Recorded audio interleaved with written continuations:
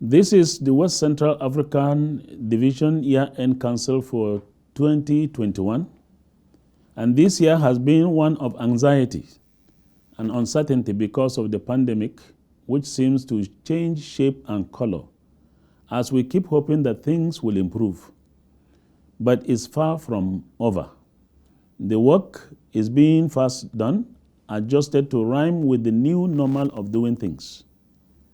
We are indeed happy that things continue to be done and even better in spite of the pandemic.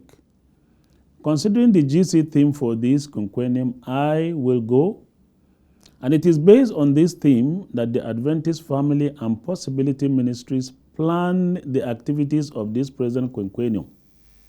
For this period under review, the department set aside a day monthly for consultation and prayers for the church globally, which is always chaired by the GC directors. The intention is to encourage each one of us to pray for each other, those affected with COVID-19 and other fields facing the challenges of COVID-19. And under the leadership objectives, we started this year by training the family ministries directors and certifying them for the work ahead. The Olivers from the General Conference and the Raquenas from SID were the resource persons. It was well attended, with the exception of those who are still struggling with mastering and connecting to the Zoom app. The family ministries added the slogan, "I will go with my family," which became the major focus of the 2021 resource book. And the resource book is centered on the unity in the community. This focus is a community-based relationship as we go to witness the families and prepare them for eternity. February 13 to 20 in 2021, we engage the celebrating the Christian Home and Family Week. This was a global program with emphasis on Christian families, marriage and parenting, which are becoming a disturbing phenomenon as many homes are breaking down with children at the receiving end. This whole week was used to call our members back to the ideal and to be careful not to be carried away by the current philosophies, destroying the home institutions such as divorce, lesbianism, homosexual practice, polyandry, multiple marriages, and polygamy. Training and various seminars were conducted. For example, in May 13 to 16, 2021, the Eastern Nigeria Union Conference conducted a couples summit titled Forever Together, with 206 couples in attendance. The state governor delivered the sermon titled God's Blueprint for Marriage. Many families were revived and a commitment vow was signed by each couple. July 8 to 10 this year, the whole Ward territory hosted another couples retreat tagged From This Day Forward, with the GC directors and myself as the resource persons. This was another powerful revival for all families. A recommitment vow also was signed by the couples that attended. Family Togetherness Week was also celebrated in September 5 to 11, 2021, and the whole week's exercise was a challenge to the whole families to practice the fruit of the Spirit as is found in Galatians chapter 5, verses 22 and 23. And this was made simple and practical with the theme, Living Fruitful Love. Coming to Adventist Possibility Ministries, this is just a change of nomenclature from special needs to possibility ministries, because all of us are filled with possibilities if given the needed and appropriate assistance. A vast majority of our members have not grasped the concept of possibility ministries, but as usual, I remind all of us that we are still under construction or being molded by the master potter, because God has not finished with us until we are dead.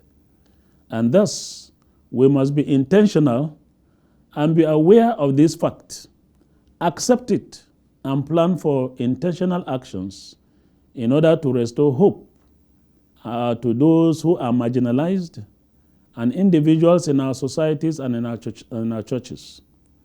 7 ministries have now emerged from the initiative, namely bereavement and spousal loss, the blind and the low of vision, caregiver ministry, the deaf and the hard of hearing, mental health and wellness, orphans and vulnerable children, then the physical mobility. These ministries remind us that some of our members are different from us, though we are all created in the image of God. This seeks to focus on inclusion into the mission of the church. These members need our support in order to restore hope and inspire, equip, and empower them in spite of their disability to reach their full potential and to serve others as well. Central to this initiative is that personal worth is found only in Christ's love and purpose for everyone, and not what a person can or cannot do. As encouragement, May 19 to 23, 2021, a virtual global camp meeting was held internationally with the intention to create awareness for the various ministries.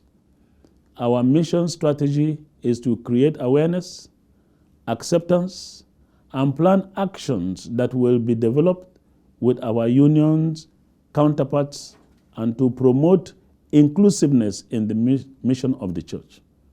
It is based on this that November 28, 2021 is fixed as World Orphans Day, and this should be promoted in all our unions, not only to pray for them, but to assist them in order to give them hope. The department was able to purchase wrappers to widows and retired pastors' wives in the 3 northern conferences in Nigeria. Roofed and purchased windows and doors for really newly planted church in Shimankara, that is Northeast Conference in Nigeria. Renovated a church that was destroyed in Mubi by Boko Haram and assisted with 100 plus 6 seats. Help in renovating a clinic which houses refugees in Aruntumara in collaboration with the Union and Northwest Nigeria Conference. A dilapidated structure which also served as a clinic in Maigamo is being renovated to care for the vulnerable children and women. Assisted these conferences with 400,000 CFA each, Northern Ghana, Southern Ghana, and even West Sahel Union Conference, to translate some materials to Portuguese. An embosser braille printer jointly acquired by Southern Ghana Union Conference and the General Conference is currently producing Sabbath School materials for the blind. And I appeal to all the unions that need them to please contact Southern Ghana Possibility Ministries or Advent Press for supply. Good news, some of these members were physically challenged and were empowered, are now getting married to beautifully young girls. We bless those young girls for overcoming the challenge of stigma. This will also serve as a motivation to others who are still not married. The challenges. We appeal to the unions to improve on the provision of internet facility, which is the only option that exists now for our meetings. Create more awareness in possibility ministries and observe strictly the calendar of events, which is also shared and will be shared at the end of this meeting. Listen to Ellen White. In our work for God, there is danger of relying too largely upon what man with his talents and abilities can do. This makes us lose sight of the one master worker. Too often, the worker for Christ fails to realize the personal responsibility. He is in danger of shifting the burdens upon organization instead of relying upon him, who is the source of our strength. It is a great mistake to trust in human wisdom of members in work for God. Successful work for Christ depends not so much on numbers or talents, but upon pureness of purpose and the true simplicity of earnest, dependent faith. That is Desire of Ages, page 370.